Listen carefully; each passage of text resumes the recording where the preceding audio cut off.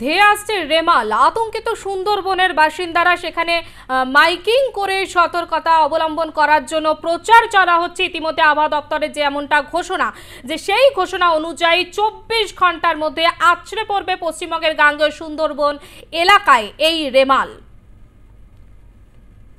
আমাদের সঙ্গে টেলিফোন লাইনে রয়েছে আমাদের প্রতিনিধি বিশ্বজিৎ নস্কর। বিশ্বজিৎ, এই যে সুন্দরবন এলাকায় রেমাল আছড়ে পড়বে, তার জন্য কি কি সতর্কতা অবলম্বন করা হচ্ছে প্রশাসনের তরফ থেকে? দেখো পারবিতা, যেখানে এখন থেকে 24 ঘন্টা পরে কিন্তু এই যে রেমাল যে নামক একটি ঘূর্ণিঝড় আসবে বলবে, যার জন্য দেখো যেমন ভোটের পাশাপাশি জেলা প্রশাসন কিন্তু ভোটের জন্য কিন্তু এখানে কিন্তু কোনো ধিমে তালে রাখছে না। কারণ কি, এখানে দেখো যত লাইন ডিপার্টমেন্টের যে সমস্ত কর্মীরা তারা কিন্তু অলরেডি লেগে পড়েছে। বিশেষ করে সেচ দপ্তর, তার যেটা হচ্ছে সুন্দরবনের যে যে ভগ্নদশা যে বাঁধের, সেই ভগ্নদশা বাঁধের কথা ভেবে কিন্তু সেচ দপ্তর এখন থেকে তাদের কিন্তু সমস্ত ছুটি বাতিল করা হয়েছে। পাশাপাশি যে এনডিআরএফ টিম তারা কিন্তু অলরেডি কাকদ্বীপে ঢুকে গিয়েছে, তারা সাগরে পৌঁছে যাওয়ার কথা আজকে। এবং এদিকে দেখো গোসাবা, যেটা কিন্তু মূলত কিন্তু যেটা দেখো ঝড়টা আসার সম্ভাবনা যেটা রয়েছে বাংলাদেশের সুন্দরবন ও পশ্চিমবাংলার সুন্দরবন, অর্থাৎ এই দুটো সুন্দরবন উপকূলে কিন্তু ঝড়টা কিন্তু আসবে পড়ার সম্ভাবনা সবচেয়ে বেশি। সেই কারণে কিন্তু সুন্দরবন এলাকায়ও কিন্তু সেখানে মাইকিং করা হচ্ছে। যেমন সুন্দরবন এলাকার গোসভা থেকে বাসন্তী এবং হচ্ছে যে সরকারি, পাশাপাশি দেখো ওদিকে নামখানা সাগরে কিন্তু মাইকিং করা হচ্ছে। নদীপথে যেমন মাইকিং করা হচ্ছে, পাশাপাশি সেই সব এলাকার যে নদীর তীরবর্তী উপকূল যে রাস্তাগুলো সেখানেও মাইকিং করা হচ্ছে, এবং যাতে তারা যেন খুব বেশি আতঙ্কিত না হয়। যদি সেই রকম ঝড় আসে তাদের জন্য সাইক্লোন সেন্টার সেখানে রেডি করা আছে, সেই সাইক্লোন সেন্টারে তারা চলে যায়। অর্থাৎ আতঙ্কিত হওয়ার এখানে কোনো কারণ নেই। ঝড় চলে গেলে আবার তারা তাদের নিজের এলাকায় ফিরে আসবে। তবে এইভাবে কিন্তু আশ্বস্ত করা হয়েছে। পাশাপাশি দেখো যেটা হচ্ছে দক্ষিণ চব্বিশ পরগনা জেলা প্রশাসন থেকে সমস্ত যে শুকনো খাবারের ব্যবস্থা এবং ত্রিপল, যদি প্রচন্ড এখানে কিন্তু দেখো ভারী থেকে অতি ভারী বৃষ্টিপাত হওয়ার সম্ভাবনা। যেমন দেখো কালকে যেমন ভারী বৃষ্টিপাত হওয়ার সম্ভাবনা, কিন্তু 26 মানে রবিবার ও সোমবার 26 ও 27 তারিখ কিন্তু ভারী থেকে অতি ভারী বৃষ্টিপাত হবে বলে যেটা আলিপুর আবহাওয়া দপ্তর মনে করছে। সেই জায়গায় কিন্তু সেখানে তিরপলেরও ব্যবস্থা করা হয়েছে, পাশাপাশি শুকনো খাবারের ব্যবস্থা করা হয়েছে জেলা প্রশাসনের তরফ থেকে। এক প্রকার দেখো গত যে ঝড়গুলো হয়েছে সেই ঝড়ে কিন্তু তাদের অনেকটা শিক্ষা হয়ে গেছে।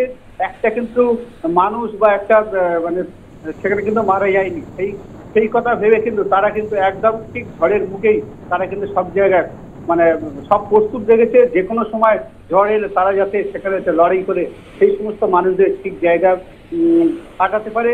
পাশাপাশি কিন্তু দেখো সবচেয়ে বড় যেটা এই ঝড় বৃষ্টি এলে যে সুন্দরবনের উপর বিশেষ করে যেটা ভঙ্গুর বাঁধ, প্রায় হাজার কিলোমিটারের মতো, সেই ভঙ্গুর বাঁধের কিন্তু 24 ঘন্টা তাদেরকে মনিটরিং করতে বলা হয়েছে, যাতে ঝড় বৃষ্টি হলে যেখানে বাঁধ ভাঙবে সেখানে কিন্তু ছুটে যাবে এই সেচ দপ্তরের আধিকারিকরা, এবং সাথে সাথে তারা বাঁধ মেরামতি করবে।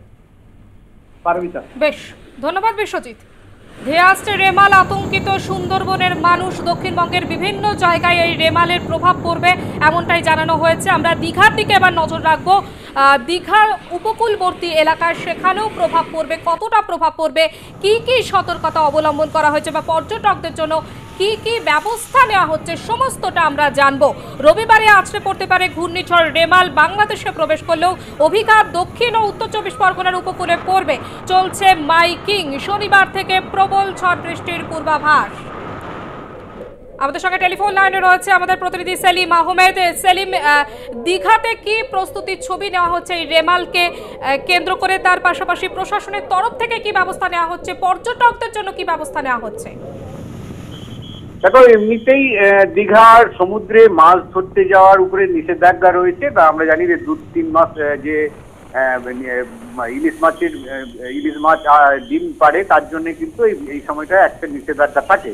সেই জন্য কিন্তু কোনো ট্রলার কিন্তু মাছ সমুদ্রে বা কাছাকাছি কোনো সমুদ্রে নেই। ছোট ছোট যে সমস্ত নৌকোগুলো রয়েছে বা একবারে সমুদ্র সংলগ্ন এলাকাতে যারা মাছ ধরে, তাদেরকে ইতিমধ্যে নিষেধাজ্ঞা করা হয়েছে যেন কোনোভাবে তারা সমুদ্রে মাছ ধরতে বা কাছাকাছি যেন না যায়। অন্যদিকে পর্যটকদের বিষয়ে আমরা জানি যে যেহেতু আগামীকাল নির্বাচন রয়েছে, নির্বাচন কমিশনের একটা বিধিনিষেধ অনুপাতে বহিরাগতরা বা বাইরের মানুষ কিন্তু ওই কোথাও থাকতে পারবে না, বিশেষ করে দীঘা, শঙ্করপুর, তাজপুর, মন্দারমণি হোটেলগুলিতে। তবুও বেশ কিছু হোটেলে আগে থেকেই বুক থাকার জন্য বেশ কিছু পর্যটক ইতিমধ্যে রয়েছে তারা, এবং তাদেরকে বলেই দেওয়া হয়েছে যে তারা ওই হোটেল বাইরে যেন আগামীকাল না বেরোয়। সেই জন্য কিন্তু ইতিমধ্যে প্রশাসনের তরফ থেকে সতর্ক করা হয়েছে। একদিকে কিন্তু নুলিয়াদের রাখা হয়েছে, অন্যদিকে ডিজাস্টার ম্যানেজমেন্ট যে টিম রয়েছে, যারা উদ্ধারকারী দল রয়েছে তাদেরকে প্রস্তুত রাখা হয়েছে। স্থানীয় যে প্রশাসন রয়েছে, পঞ্চায়েত রয়েছে, তাদেরকে প্রস্তুত থাকতে বলা হয়েছে। আলিয়া সেন্টারগুলো, আলিয়া সেন্টার যেগুলো রয়েছে সেগুলোকে তৈরি থাকতে বলা হয়েছে। শুকনো খাওয়ার, শুকনো জিনিস মজুত রাখতে বলা হয়েছে। এবং সিসিটিভি ক্যামেরা, যে সমস্ত এলাকাগুলোতে সিসি ক্যামেরা রয়েছে, আমরা জানি সমুদ্র সৈকত এলাকাতে প্রচুর সিসি ক্যামেরা লাগানো হয়েছে, তার উপরেও কিন্তু পুলিশের একটা নজরদারি থাকবে এবং প্রশাসনের নজরদারি থাকবে। অন্যদিকে সব থেকে বিষয়গুলো, রাস্তা যাতে কোনো রকম আটকে না পড়ে, যদি কোনো রকম ঝড় হয় বা গাছ পড়ে যায়, সেই জন্য কিন্তু বিশেষ একটি টিমকে রাখা হয়েছে, যারা এই গাছ বা পথ আটকে গেলে কিন্তু তারা দ্রুততার সঙ্গে সেটা যান চলাচল স্বাভাবিক করতে পারে। এক কথায় বলা যেতে পারে প্রশাসনের তরফ থেকে সব রকম ব্যবস্থা নেওয়া হয়েছে। স্থানীয় যে হাসপাতাল রয়েছে, চিকিৎসা কেন্দ্র রয়েছে, সেখানেও কিন্তু সতর্ক থাকতে বলা হয়েছে এই আগামী দিন যেগুলি নির্দেশিকা রয়েছে তার উপরে। অবশ্যই নজরে থাকবে। ধন্যবাদ আপাতত সেলিম তোমাকে। দীঘা প্রশাসনের তরফ থেকেও মোকাবিলা করার জন্য, রেমালকে মোকাবিলা করার জন্য সব রকম ব্যবস্থা নেওয়া হয়েছে। ইতিমধ্যে মাইকিং চলছে প্রশাসনের তরফ থেকে। মৎস্যজীবীদের সতর্ক হওয়ার জন্য তাদেরকেও সতর্কতা অবলম্বন করতে বলা হয়েছে। রবিবারই আছড়ে পড়তে পারে ঘূর্ণিঝড় রেমাল। বাংলাদেশে প্রবেশ করলেও অভিঘাত দক্ষিণ ও উত্তর চব্বিশ পরগনার উপকূলে পড়বে। চলছে মাইকিং। শনিবার থেকে প্রবল ঝড় বৃষ্টির পূর্বাভাস। এদিকে রাত পোহালে নির্বাচন রয়েছে বাংলার 8টি কেন্দ্রে। সব রকমভাবে প্রশাসন প্রস্তুত রয়েছে এই রেমাল মোকাবিলা করবার জন্য। আসন্ন ঘূর্ণিঝড় রেমাল নিয়ে জরুরি বৈঠক নবান্নে। আজ বিকেলে কেন্দ্রীয় সরকারের আধিকারিকদের সঙ্গে হবে বৈঠক, যেমনটা জানা যাচ্ছে। আসন্ন ঘূর্ণিঝড় রেমাল নিয়ে জরুরি বৈঠক নবান্নে। আজ বিকেলে কেন্দ্রীয় সরকারের আধিকারিকদের সঙ্গে হবে বৈঠক। বৈঠকে উপস্থিত থাকবেন রাজ্যের মুখ্য সচিব বিপি গোপালিকা। নবান্ন থেকে ভার্চুয়ালি বৈঠকে যোগ দেবেন তিনি, এমনটাই জানা যাচ্ছে।